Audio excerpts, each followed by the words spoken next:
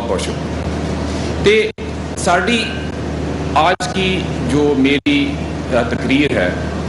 اس کے میں 3 بنیادی نقطے آپ کے سامنے پیش کرنا چاہتا ہوں. سب سے پہلے یہ کہ جو زراعت کا شعبہ ہے اس میں ہمیں کیا مسائل ابھی ہمارے سامنے آ رہے ہیں. دوسرا، زراعت کے شعبے کو بڑھانے کے لیے اسٹیٹ بینک آف پاکستان جو بینکوں سے فائنینسنگ کو بڑھانے کی کوششیں کر رہا ہے اس کی کیا صورتحال ہے، کہاں تک ہم پہنچے ہیں، کہاں تک ہم آگے جانا چاہتے ہیں. اور آخر میں خاص کر الیکٹرانک ویئر ہاؤس ریسیٹ کا میکینزم تو آپ کو مجھ سے پہلے والے مہمانوں نے کافی اس کو اچھی طرح بیان کر دیا، لیکن اسٹیٹ بینک آف پاکستان اس کا آگے لاہے عمل کیا دیکھ رہا ہے اس کے بارے میں کچھ آپ کو بتانا چاہتا ہوں. تو سب سے پہلے پاکستان میں جو زراعت کے شعبے کے مسائل ہیں اس پہ میں تھوڑی سی روشنی پھینکنا چاہتا ہوں. جیسا کہ ابھی آپ جانتے ہی ہوں گے زراعت کا جو شعبہ ہے یہ ہماری معیشت کا تقریباً 25% حصہ رکھتا ہے، لیکن اگر آپ ہماری ساری لیبر فورس کو دیکھیں تو یہ اس کا حصہ تقریباً 40-50% تک ہو جاتا ہے. اور جس طرح ظفر صاحب نے کہا کہ انہوں نے جو بینک آف پنجاب کی اسٹڈی کی تو اس میں بھی ان کے سامنے یہی آیا کہ تقریباً 40-45% تک کا ہماری معیشت میں حصہ زراعت کا. نہ صرف یہ ہماری معیشت کا ایک بڑا اہم حصہ ہے، لیکن یہاں سے جو پیداوار ہوتی ہے وہ ہماری بہت ساری اور انڈسٹریز کے لیے ایک ان پٹ بنتی ہے. تو ہماری جو ویلیو چین ہے اس میں بھی ایک یہ بہت ہی اہم کردار ادا کرتا ہے. اس کے ساتھ ساتھ میں تھوڑا سا یہ بتانا چاہتا ہوں کہ آج ہم نے یہاں پہ چونیا میں کیوں انتخاب کیا آج کی تقریب کے، اور وہ اس لیے کہ ہم چاہتے تھے کہ یہ جو electronic warehouse receipt financing کا میکینزم ہے یہ ایک ایسے تحصیل، ایک ایسے ڈسٹرکٹ اور ایک ایسی فصل سے شروع کریں جہاں پہ پہلے سے ہی اس پہ کچھ کام ہو رہا ہے، جہاں پہ ہم نے ماضی میں دیکھا ہے کہ خاص کر مکئی میں جو اس کی ییلڈ اور پروڈکٹیوٹی ہے وہ کافی بڑی ہے. تو ہم چاہتے تھے کہ یہاں سے آغاز کریں، اور اس لیے بھی کہ اگر آپ مکئی کی جانب سے دیکھیں تو یہ جو ڈسٹرکٹ ہے اوکاڑا اور کسور بیلٹ کا، یہاں سے تقریباً 25% جو ساری ہماری مکئی کی کاشت ہوتی ہے 25% تقریباً یہاں سے آتی ہے. تو یہ مکئی کے لیے ایک خاص اہمیت رکھتا ہے، اور اس لیے ہم نے آج یہاں پہ چونیا کا انتخاب کیا کہ یہاں سے الیکٹرانک ویئر ہاؤس ریسیٹ کا سلسلہ شروع کریں. اب جو میرا دوسرا نقطہ ہے وہ کہ ہم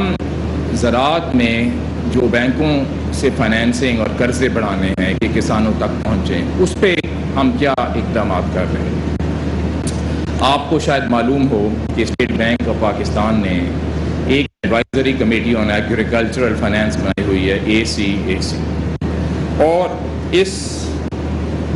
یہ جو ایڈوائزری کمیٹی ہے اس میں خود شرکت کرتا ہوں. اس کی ابھی حال ہی میں ملتان میں میٹنگ ہوئی تھی،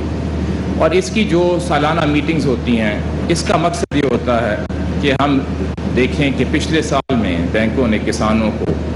اور زراعت کے شعبے میں کتنے قرضے دیے ہیں اور اگلے سال کے لیے ہم اس کا کیا ٹارگیٹ طے کریں. تو اس کے کچھ جو فگرز ہیں وہ میں آپ کے سامنے رکھنا چاہتا ہوں. پچھلا جو مالی سال تھا اس میں اسٹیٹ بینک آف پاکستان نے بینکوں کو 1500 ارب کا ٹارگیٹ دیا تھا کہ یہ زراعت کے شعبے میں اور کسانوں کو اتنی فائنینسنگ ڈسبرس کریں. تو اس کے مقابلے میں 30 جون 2021 میں 1365 ارب کے بینکوں نے زراعت کے شعبے کو دیے. یہ ٹارگیٹ سے تھوڑا سا کم ہے لیکن اس سے پچھلے سال کی مناسبت سے کہیں زیادہ ہے. تو میں سب بینکوں کے صدر جو آج موجود ہیں ان کا شکریہ ادا کرنا چاہتا ہوں، ان کے تعاون کا کہ وہ اسٹیٹ بینک کے ساتھ مل کے زراعت کے شعبے میں جو ہم فائنینسنگ کو بڑھانا چاہ رہے ہیں اس میں ہماری مدد کریں. اس کے ساتھ ساتھ حالانکہ اس میں اضافہ ہو رہا ہے، کچھ مسائل بھی ہیں کہ چھوٹے کسانوں کو خاص کر سے قرضے نہیں مل رہے، اور اس کی تھوڑی سی میں آپ کے سامنے وضاحت کرنا چاہتا ہوں کہ تقریباً ہمارے 90% کسان جو ہیں وہ چھوٹے کسان، لیکن اگر آپ ان کا حصہ دیکھیں جو بینکوں کی مکمل فائنینسنگ ہے تو وہ تقریباً صرف 40% بنتا ہے، یعنی کہ سارا جو بینک اپنی فائنینسنگ دیتے ہیں صرف 40%، 90% کسانوں کے لیے جاتی ہے۔ تو اس کا مطلب یہ ہے کہ ابھی ہمیں مل کے اور کام کرنے کی ضرورت ہے کہ ہم چھوٹے کسانوں کے لیے خاص کر بینکوں کے ساتھ مل کے قرضے بڑھائیں۔ اس مالی سال کے لیے جو جون 2022 میں ختم ہوئے گا، ہم نے بینکوں کو 1700 ارب کا ٹارگیٹ دیا ہے کہ یہ نئی فائنینسنگ زراعت کے شعبے میں ڈسپرس کریں۔ مجھے امید ہے کہ جس طرح ہمارا تعاون سے کام ہو رہا ہے تو انشاءاللہ بینکس اس ٹارگیٹ کو کامیابی سے مکمل کریں گے۔ اب خواتین و حضرات، میں آنا چاہتا ہوں الیکٹرانک ویئر ہاؤس رسیٹ پہ، جو آج کا موضوع ہے۔ مجھ سے پہلے بہت سارے جو اسپیکرز تھے انہوں نے وضاحت کر دی کہ الیکٹرانک ویئر ہاؤس رسیٹ کا میکینزم کیا ہے۔ مختصر طور پہ میں یہ بتا دوں کہ اس کا مقصد یہ ہے کہ جو ہمارے کسان بھائی اپنی کاشت اور ان کی جب پیداوار تیار ہوتی ہے تو ان کو ضرورت ہوتی ہے کہ وہ اگلی فصل لگانے کے لیے اپنے خرچے کے لیے ان کو رقم ملے۔ اس لیے کیونکہ ان کو ضرورت ہوتی ہے پیسوں کی، تو ان کو جو اپنی پیداوار کے دام ملتے ہیں شاید وہ مناسب نہیں ہوتے۔ ہمارا یہ ہدف ہے اسٹیٹ بینک آف پاکستان میں کہ مالی شمولیت کے ساتھ ساتھ خاص کر وہ جو ایسے سیکٹرز ہیں، ایسے شعبے ہیں جہاں پہ اس قسم کی دقت آ رہی ہے، تو اس کو مل کے ایڈریس کیا جائے۔ اور الیکٹرانک ویئر ہاؤس رسیٹ کا ایک جو خاص مقصد ہے وہ یہ ہے کہ اگر ایک کسان کے پاس ایک ایسا موقع، ایک ایسی اپرچونٹی ہوگی کہ وہ اس گودام میں اپنی پیداوار کو ذخیرہ کر لے، جہاں پہ اس گودام کا معیار بھی ٹھیک ہو اور وہ محفوظ بھی ہو، تو پھر اس کو جلدی نہیں ہوگی کہ میں اپنی کاشت کو فوراً ہی بیچوں جو بھی اس کو آڑتی سے دام مل رہے، کیونکہ وہ اس کو یہاں ذخیرہ کر سکے گا، اور ذخیرہ کرنے کے بعد اس کو جو ویئر ہاؤس ہے ایک الیکٹرانک رسیٹ ایشو کرے گا، ایک رسید دے گا، اور اس گودام کی اس رسید سے وہ بینک سے جا کے اپنی فائنینسنگ اور قرضہ لے سکتا ہے، جس طرح آج آپ کے سامنے بینک آف پنجاب اور حبیب بینک نے چیک ڈسٹریبیوٹ کیا۔ تو اگر اس کو اس گودام کی رسید سے قرضہ مل جاتا ہے تو ہماری اسٹیٹ بینک کی جو یہ خواہش ہے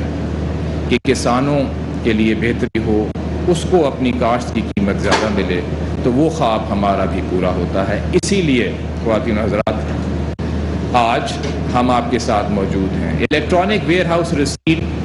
کا جو ہم نے اسٹیٹ بینک میں کام کرنا تھا وہ تقریباً 1 سال پہلے وہ کام مکمل ہو گیا تھا۔ جو ہم نے اس کے قانون بنانے تھے، جو ریگولیشنز بنانی تھی، وہ ہم نے بنا دی تھی۔ SECB نے بھی وہ کام کر دیا تھا، لیکن جو ہماری ملتان میں پچھلی